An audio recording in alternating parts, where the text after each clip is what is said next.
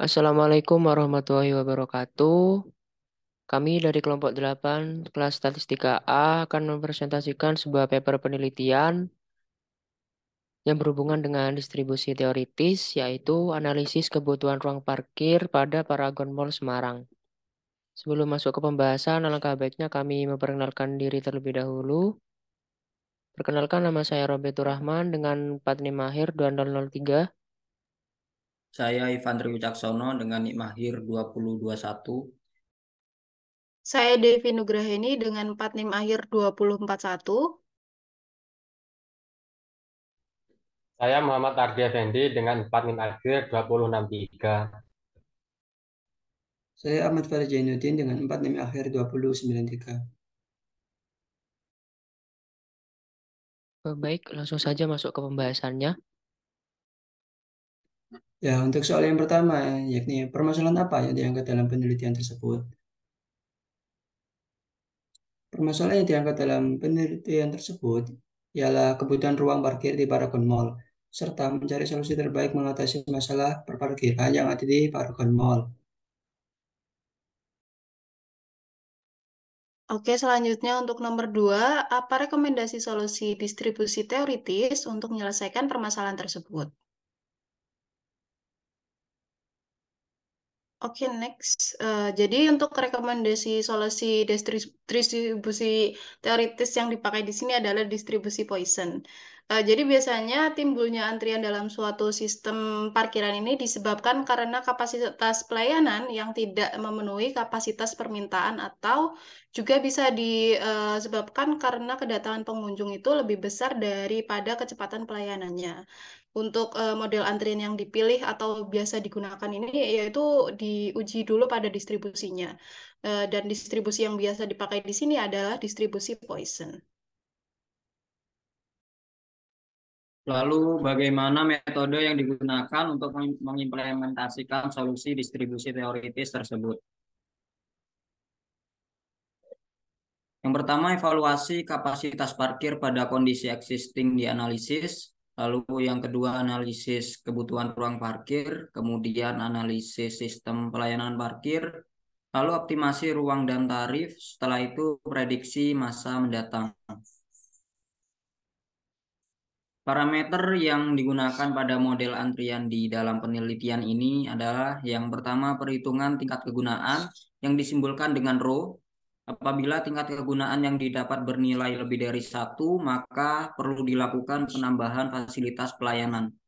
Kemudian terdapat jumlah kendaraan rata-rata yang terjadi dalam sistem pelayanan yang disimbolkan dengan bar NQ. Kemudian ada jumlah kendaraan rata-rata yang mampu ditampung oleh sistem pelayanan yang disimbolkan dengan bar NT. Apabila bar NQ lebih besar dari bar NT, maka perlu dilakukan penambahan fasilitas pelayanan. Lalu ada waktu tunggu rata-rata yang terjadi dalam sistem pelayanan yang disimbolkan dengan bar TQ. Setelah itu ada waktu tunggu rata-rata yang mampu dilakukan oleh sistem pelayanan yang disimbolkan dengan bar TT. Apabila bar TQ lebih dari bar TT, maka perlu dilakukan penambahan fasilitas pelayanan.